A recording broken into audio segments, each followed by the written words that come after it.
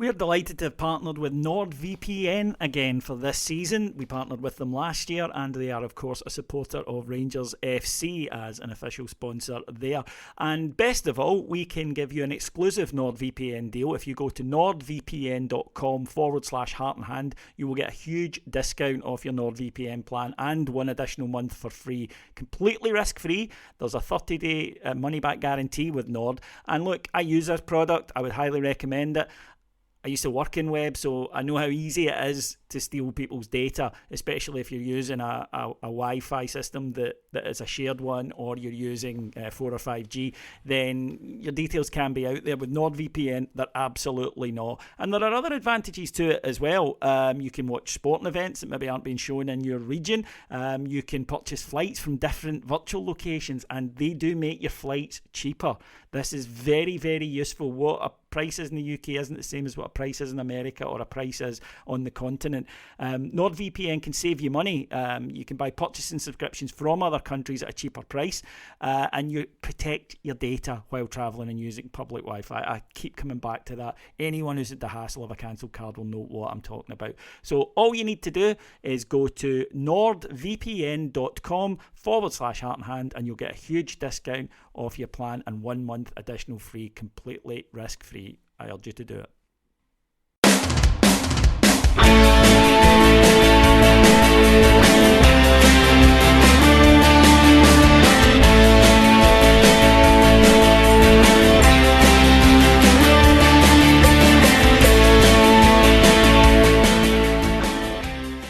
Hello everyone, welcome to Heart and Hand, the Rangers podcast. My name is David Edgar, and as always I am your host. Well, fuck. Join this week to look back over a very painful Sunday at the League Cup final is, first of all, Ross Hutton. Hi David, I'd say it's a pleasure to be here, but it isn't, but thanks for having me on. And reprising his role as Wheel 'em Out when we get beat, it's Martyn Ramsey. In this world of turbulence, David, it's always good to have some consistency and keep things straight. I am always pleased to be here. But this might not have the energy and gusto of other podcasts, I think it's fair to say. Energy and gusto, that would have been nice yesterday. Yeah. Yes, Rangers 1, Celtic 2 at Hampden. And unlike the team, let's go balls out from the start. Martyn, Michael Beale picked the wrong team. He then, for some reason, didn't change it at half-time, even though it was screaming out and demanding it. He got the tactics wrong, and then his final mistake was he took off Morelos just as he got a goal and was starting to really buzz and get into them, to put on Cholak, who is ineffectual as a substitute.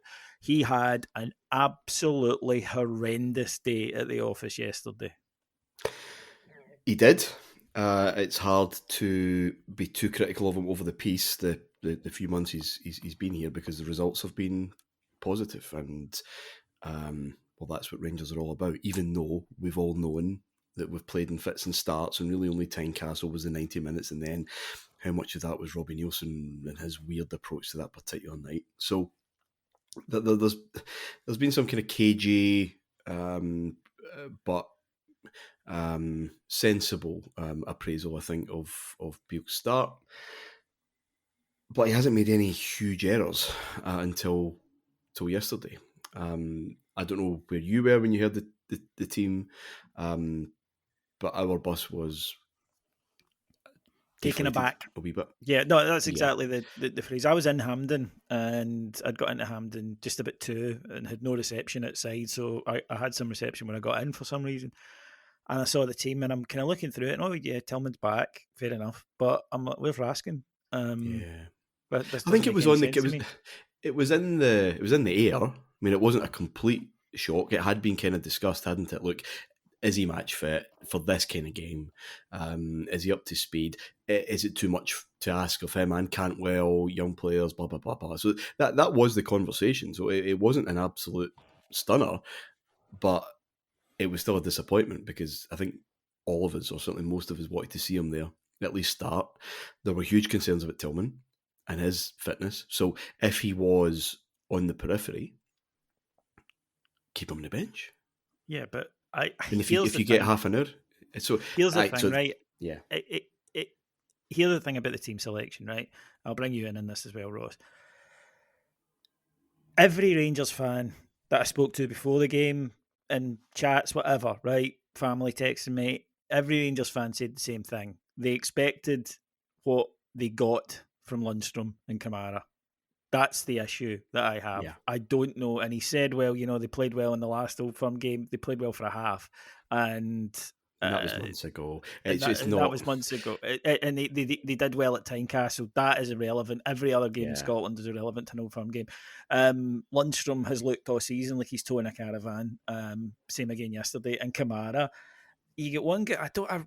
Gio was the same. There's a fascination with the guy, and you get one good game in 8 or 9 at him, and the rest of the time you get. I mean, that the first Celtic goal yesterday, he's just jogging at Moyes, totally free, and he just leaves him to it. And that's what you get from him. He's dozy at the best of times, even when he's in form. He's always capable of that, but he's completely checked out. And yeah, Ross, I just thought that it sucked the air out of the Rangers support before it, because there is, for me as a football fan, there's nothing worse than when us as football fans, as laymen, say, oh, this is going to happen if we do that.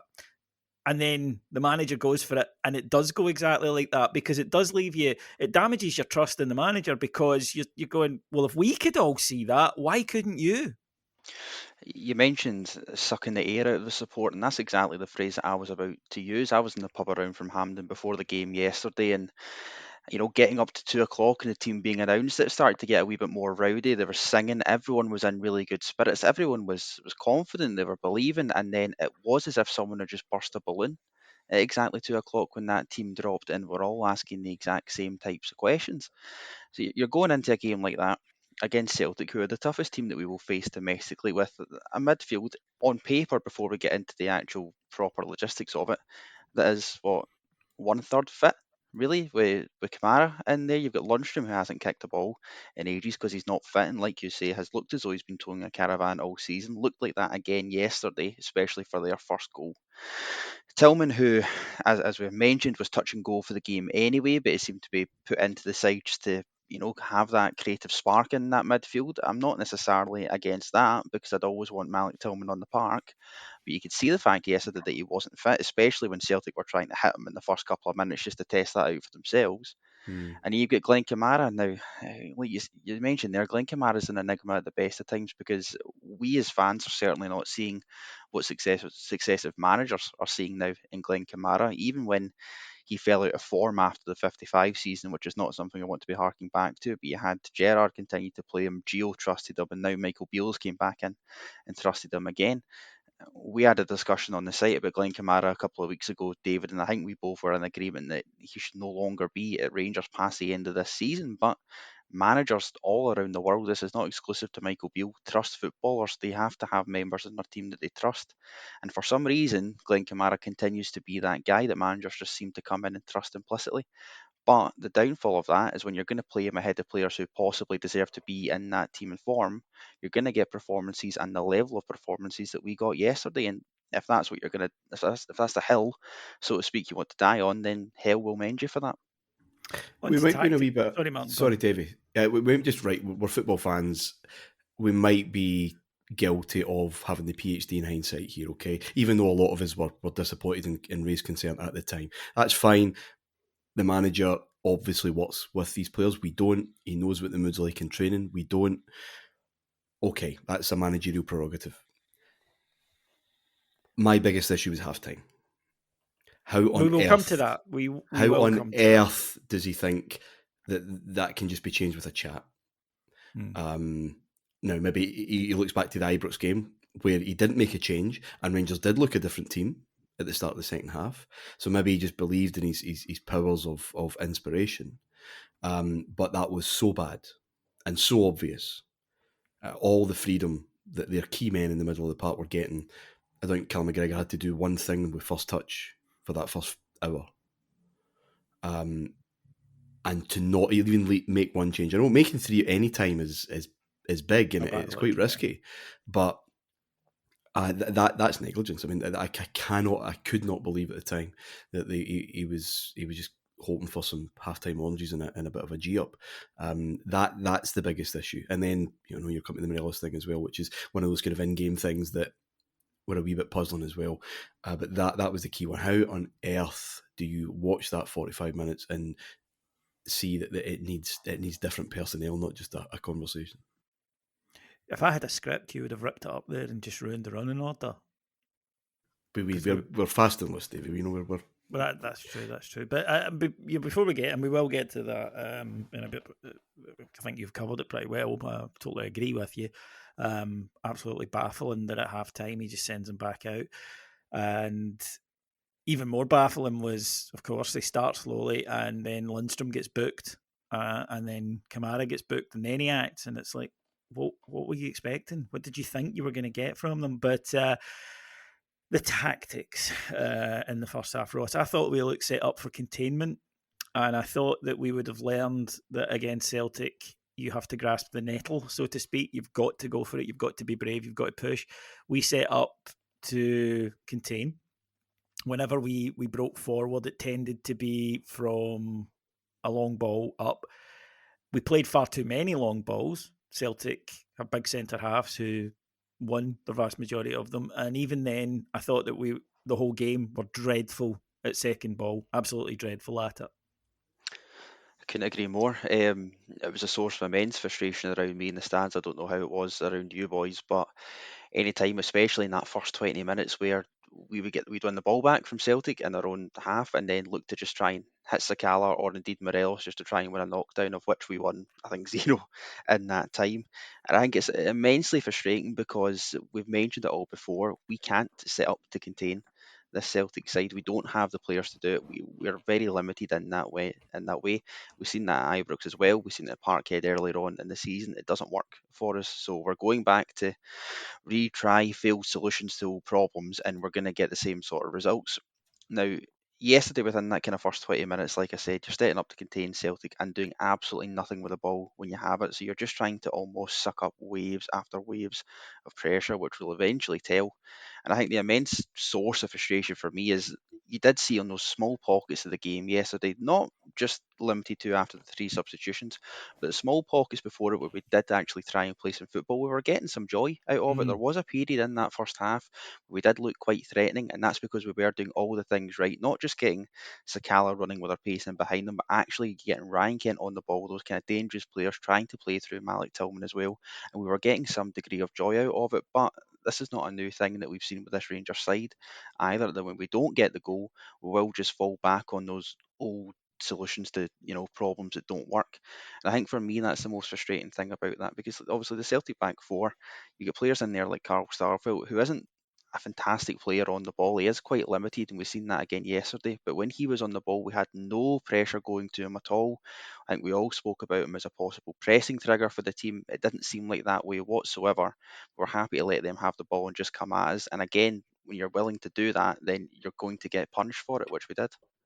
Hart's kicking yesterday was awful, but we Yeah. didn't put him under any pressure. And even then, he was making mistakes. And it just seems so obvious for the stands of, right, lads, there you go. There's your trigger there. But nobody bothered with it. And that was, again, another source of frustration. And look, Celtic are a good side, I admit that, right? Painful as it is to say. But they weren't at the best yesterday. This was not a brilliant performance from them. I can't even hide behind that, even though it would be a fairly flimsy defence. But they were still better than us. And that, I think, is the issue, because I think that our approach was totally wrong. Still, you need to concede the goal, and when we did, we made sure it was a doozy. First of all, midfielders don't track their runners, and you're going to get punished against a side who've got good runners if you don't do that. Kamara, as I say, is dawdling. Lundstrom just can't get back, physically doesn't have the legs to do it. It comes down the right, and as we know, Tav does not have an effect on crosses coming out of the box. It's just a fact. It's a regular thing, and it's happened for years now. The ball comes in. Martyn, can compare and contrast when we worked a similar move to Tillman. Carter Vickers goes right in, just throws himself at it for the block, gets it away. If you watch that go back, Davis is just standing there next to Kyogo, doesn't attempt one, and of course doesn't do anything to prevent the goal. We talk about in goals conceded, points of failure. I've counted 6 in that one. And there's probably more. When you've gone through a kind of bad experience in life, a kind of traumatic event, and you see it in the back of your mind in dreams or whatever. I've seen that goal 20 times at least in different games, big games, obviously Seville being the biggest. Different players even, although the same culprit's still involved at some level.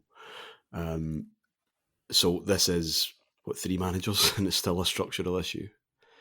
And it's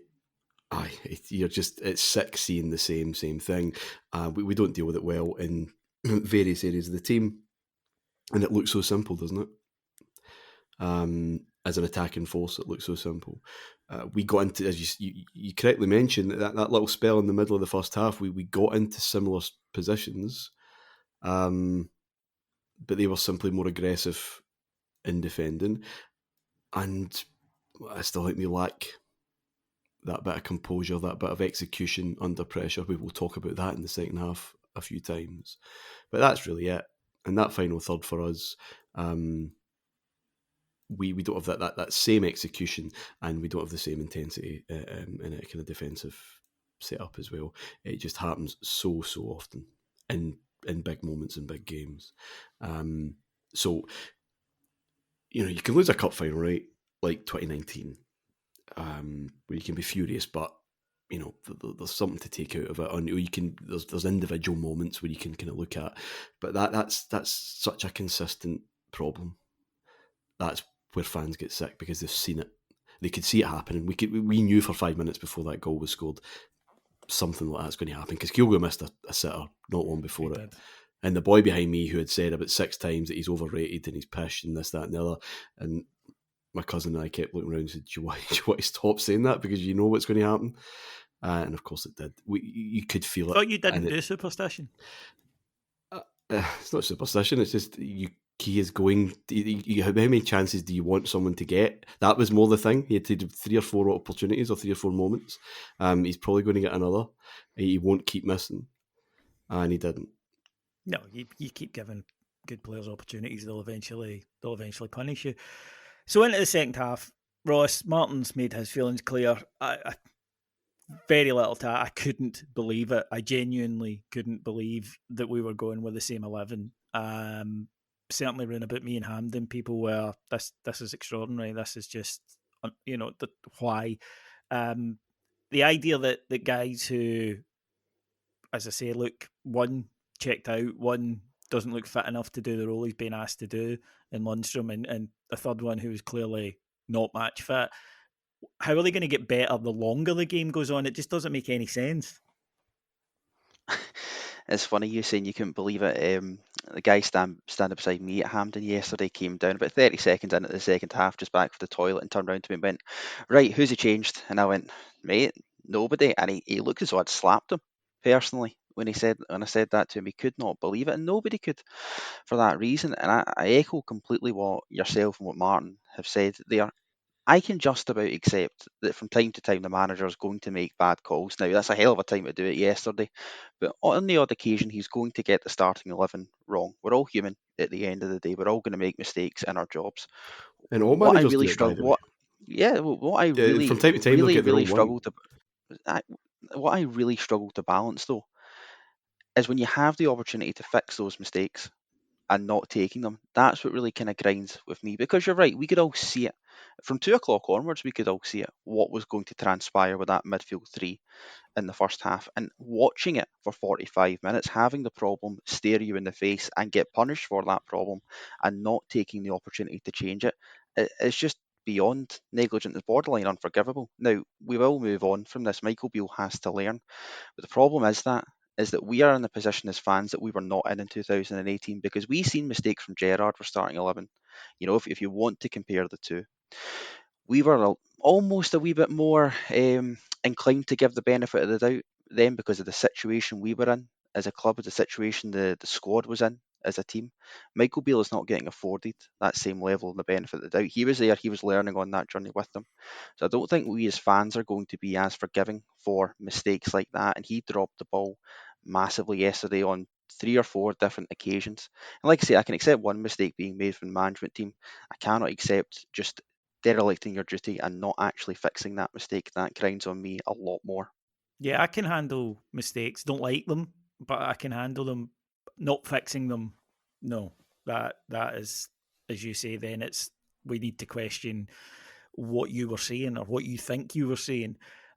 People point to Now, and to be did. fair to the manager, David, sorry, we have seen this before from Beale, where he can get the players in at half time, give them a bit of a G up, and they can come out Yeah. absolutely flying. We've seen it in the Old Firm at We've seen Ibrox, it too for often. example. We've seen That's it at part of the Dundee United. problem. But yes, that's exactly what I was about to say. We can't always be No, reliant on that, because it's not always going to work. That wee chat at half time, the kick up the arse, whatever the conversation is, we are not party to. That's It was not a Gio always thing going as to well, work. wasn't it? it was. There's Yeah, only so it's many his times you team. can pull a rabbit out of a hat here. It's the squad. And They need to be last reset. week at the pre-match press conference, I actually said to Tav about this team seemed to need a setback to get going. And he said, "Yeah, we don't know why that is. We don't want to start like that, but we keep doing it. 23 times this team has fallen behind in the last calendar year. 23. Now that would be unacceptable for shite like Aberdeen or Motherwell. It's certainly not acceptable for us." No, No. quite right. And sorry, on you go, Martin. My apologies. But yeah, so here we have a squad issue, and this was prevalent at the end of Gerrard, of course. But it was getting to a bit of a joke just before he left, the amount of times that we would fall behind and then have to come back and win or snatch a point or whatever.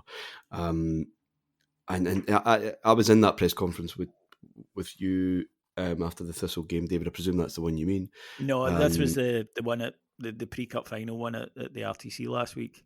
Okay, well, someone had asked him pretty much the same question after Thistle, and he was talking about kind of danger of resting on the laurels. I mean, that's for a team that's won 4 titles in the spin to get worried about. You know what I mean? When the juices have kind of dried up a wee bit and they're just a wee bit complacent, a wee bit lazy. This team have no laurels on which to rest. But you're right, it does happen. They don't start. They do need a reset, and that came from Gerrard. It was consistent through Gio as well.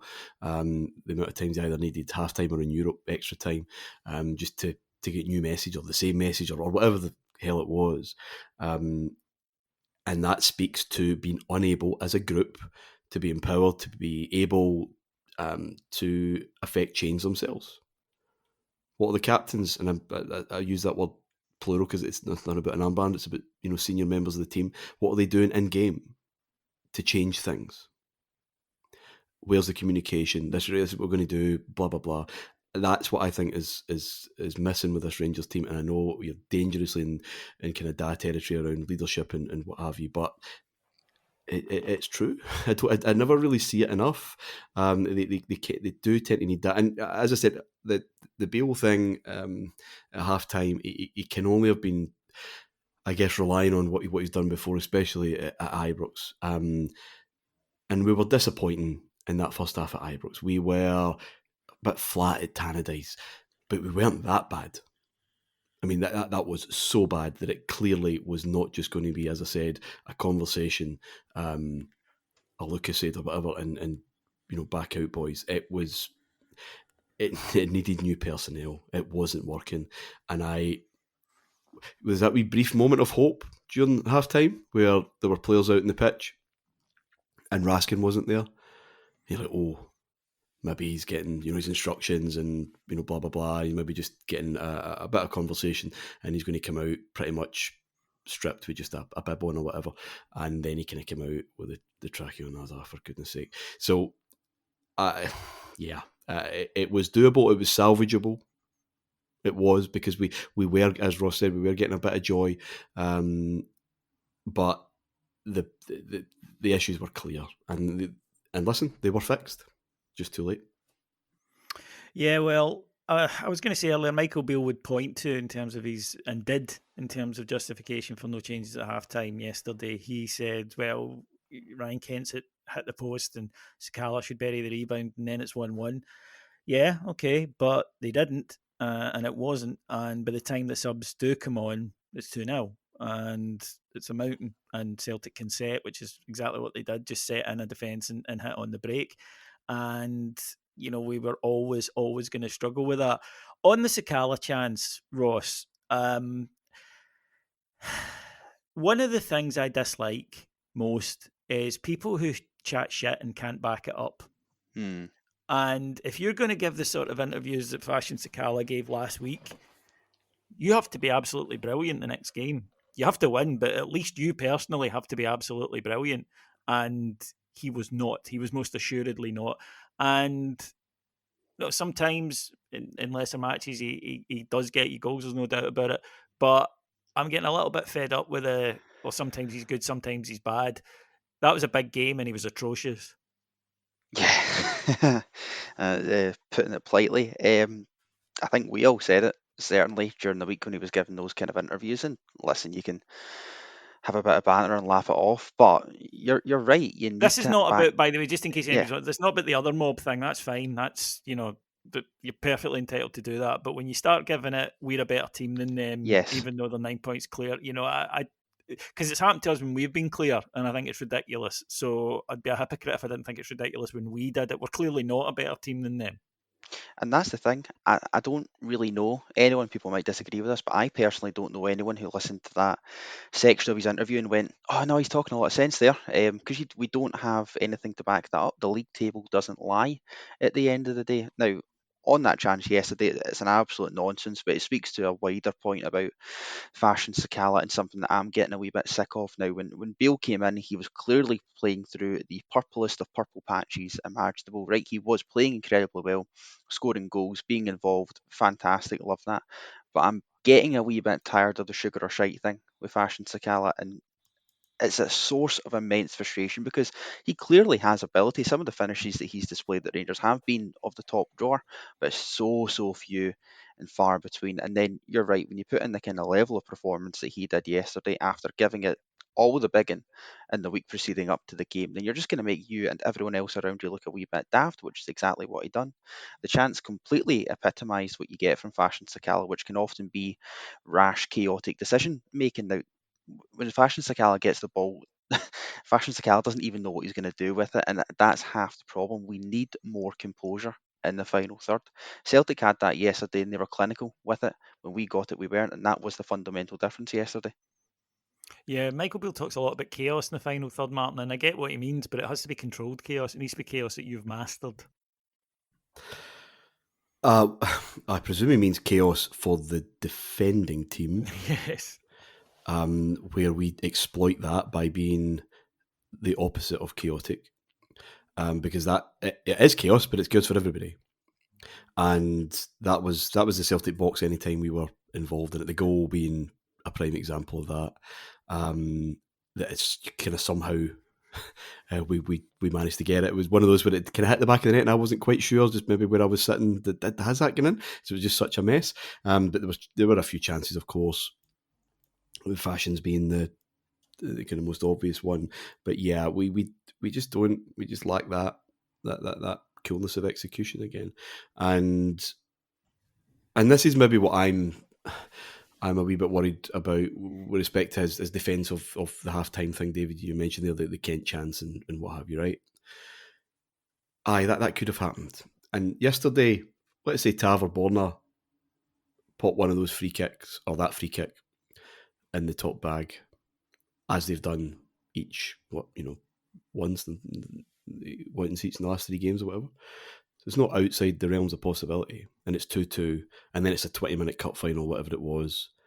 And let's say somehow a deflection or whatever, Rangers win, we have a great night, we've won the cup.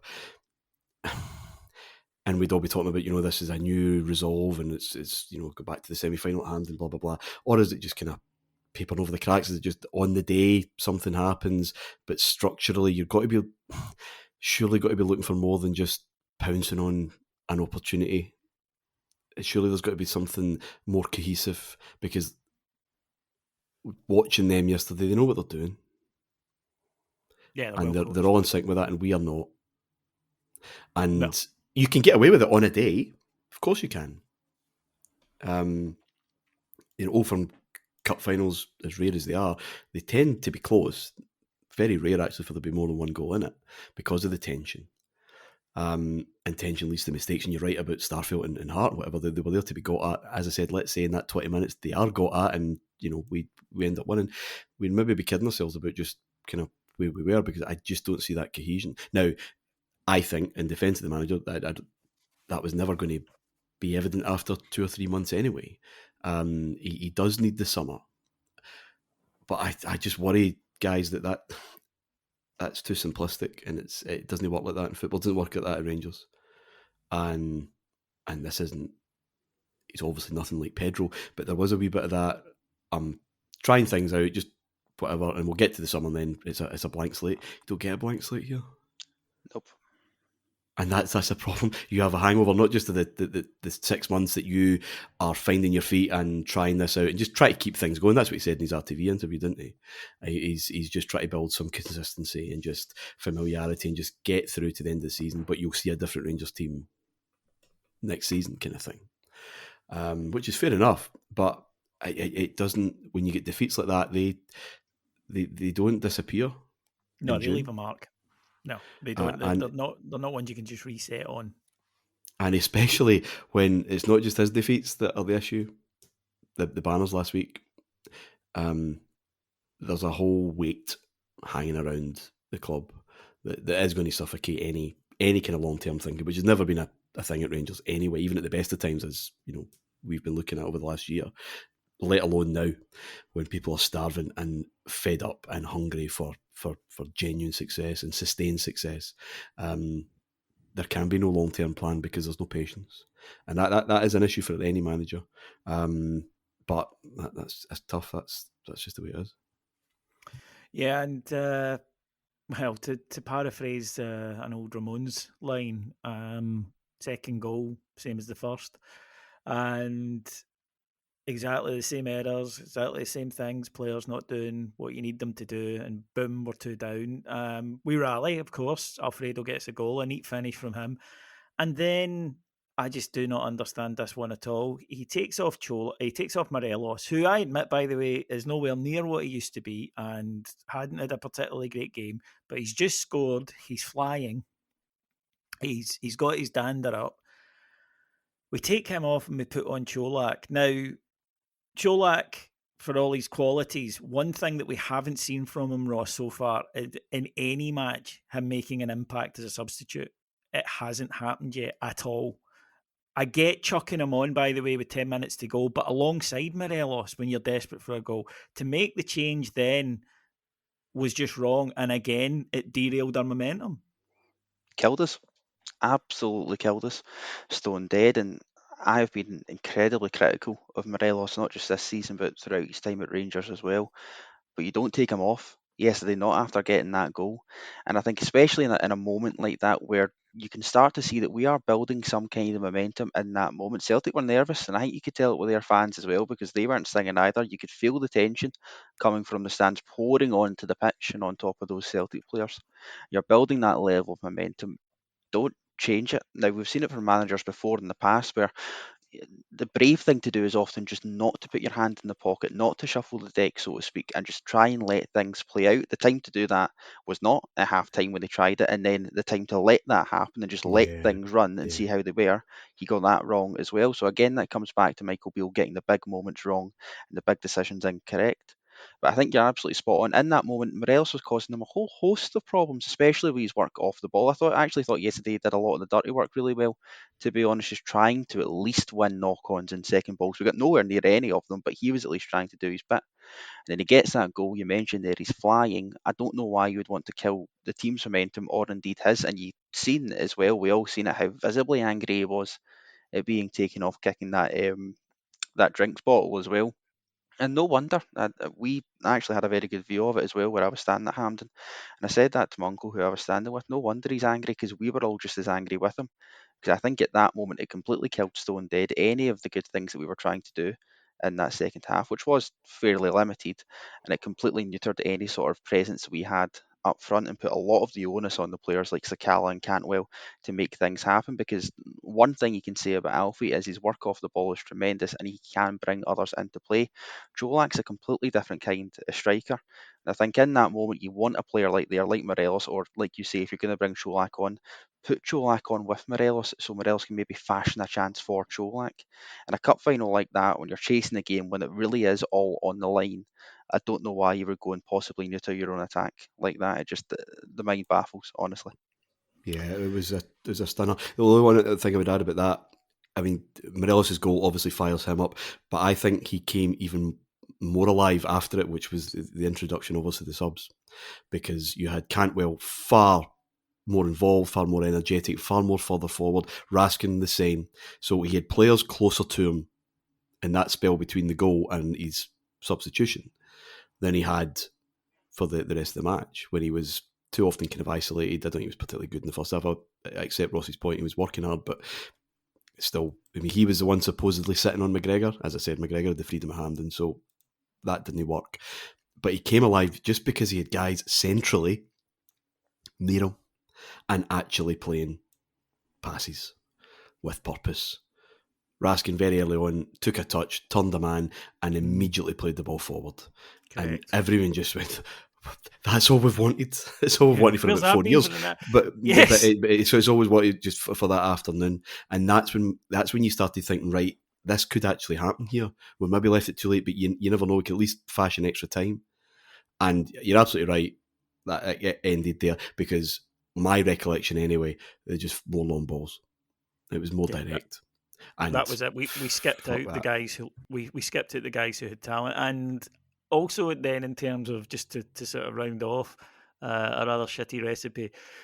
The last 10 minutes in injury time, we made it very easy for Celtic by a combination of things. One, wrong decision making. Two, that reluctance we've seen from too many of them over the years of, I don't want to give the ball away, so therefore I'm not going to try anything, I'm going to keep it safe. And the last few minutes just seemed to go of players getting rid of the ball. There was one point where Tavernier puts in a cross, there's 4 Celtic players and Todd Cantwell in the box. That's just giving the ball away. That's just, that's just giving the ball back. You might as well turn and kick it out for a goal kick. Then we saw, we'd have a throw in and it would go back to Borna. He'd look up, everyone's covered, so he turned around and knocked it to McGregor. He looks up, everyone's covered, so he hits it long.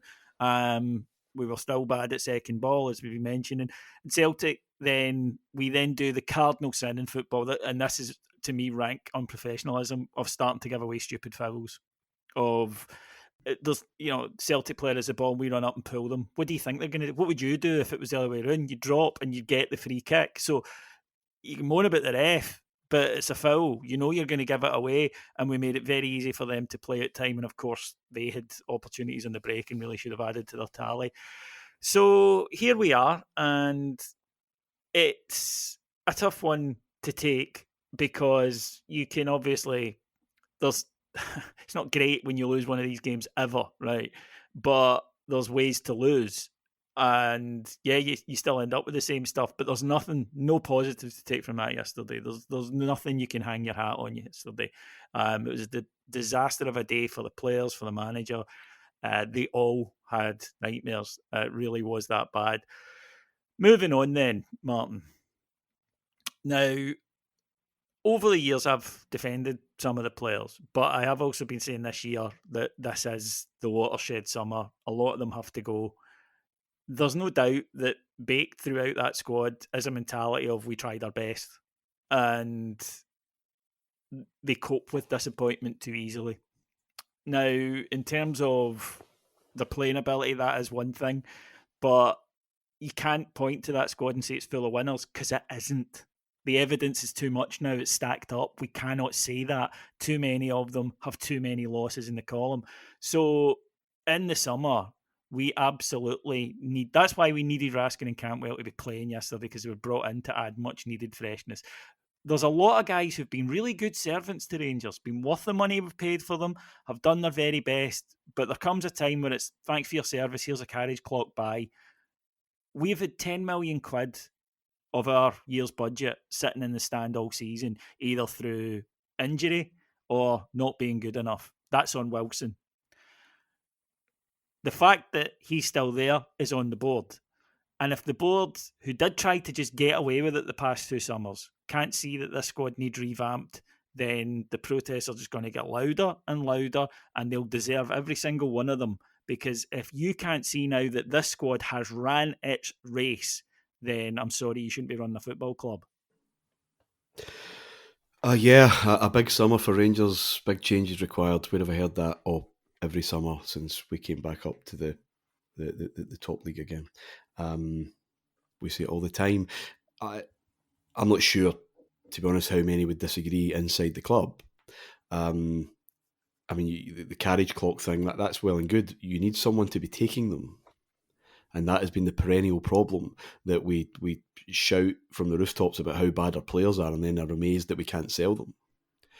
There's a good few out of contract in the summer. Well, this is a different story, of course. There are, one of whom you probably don't want to get rid of, at least one. So that is an issue.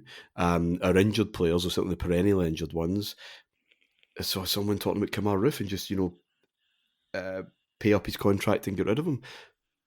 Well, what does that do? You'd be paying him anyway. And now you want us to pay that in a lump sum when you're going to have to pay him because no one's going to buy him. It is frustration, but I mean, but you might get ridiculous now his injuries, and I'm one. Of course, it is. Will say when people go, "Oh, a guy's always injured," and I'll say, "Well, it's not their fault." But in Roof's case, I think there's something deeper there. There's a point of suspicion, and we're well past. He comes back, he plays a game, we don't see him for weeks. He comes back, he plays a game, we don't see him for weeks. It's ridiculous. He cannot be that fragile. He couldn't walk places without hurting himself if he was that fragile. But okay, so we have a need for a revamp and a refresh and whatever else. Okay, how much is that going to cost? Where's the money coming from? And who's making the decisions about choices of players? Let's say we do shift some space on the wage bill and the squad numbers. I'm not overly convinced that we get it right. We spent a fair bit this summer, not as much as we expected. I think the likes of Matondo, who was that's been a big flop. But where's the external investment coming from? We spent 30 million or something over the last 3 years. Celtic spent that this season. So there's a gap to be bridged. How do we do that? Because I'll criticise the board on many things. What I promised myself once King came back in 2015 or whatever is that something I did in the 90s a lot, but I was a teenager then. I'll never ever complain that someone isn't using their own personal wealth to make me happier on a weekend, because that is entitlement off the scale. But it is their job to use what they have well, and I'm not convinced they have, and to try and see what they can to bring more in. Otherwise, how does this happen? We need so many direct hits. We need luck that we just haven't seen at Rangers for a generation. And that's a big ask. So it's either going to take a long time, or, as I said, we're going to be, someone's going to come in with a wad of cash and everyone's going to be rosy. Even then, if Uri won Euro Millions, it's financial fair play. I don't know how simple that is in any case. No, that is a factor. What I will say is, Martin, you can control your controllables. And of course you can, and we haven't. Yeah, we've wasted money, right? We haven't spent well. Our wage bill is too high for the squad we have assembled. These are mistakes that someone should be responsible for, and there is no accountability. And you mentioned a minute ago that it's easy to fail here. Yeah, and I think that is fair. And I know I've been criticised for being a wee bit too broad brush with this, but I always think, you and I talk about in English clubs on Seagulls on a regular basis about just the general ethos of a club, the general state of a club, not necessarily just what's on the pitch, but from the top down, a general confidence and swagger and belief and purpose and drive and ambition, vision. I'm not sure that's really there. I've asked plenty of times on this show, who's the leader at Rangers?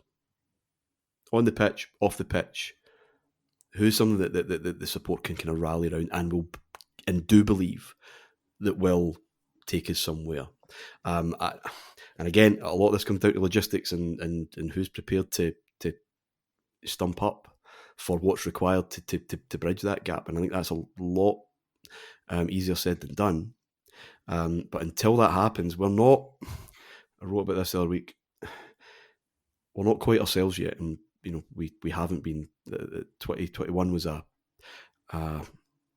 much needed and much wanted victory, but it's looking like an aberration because one title does not get our structure back and our kind of culture of demanding the best back, because it needs to be again and again and again. It needs to be what's next. And I think you and I felt that summer at the start of the next season that we're just still floating on that air rather than it's done.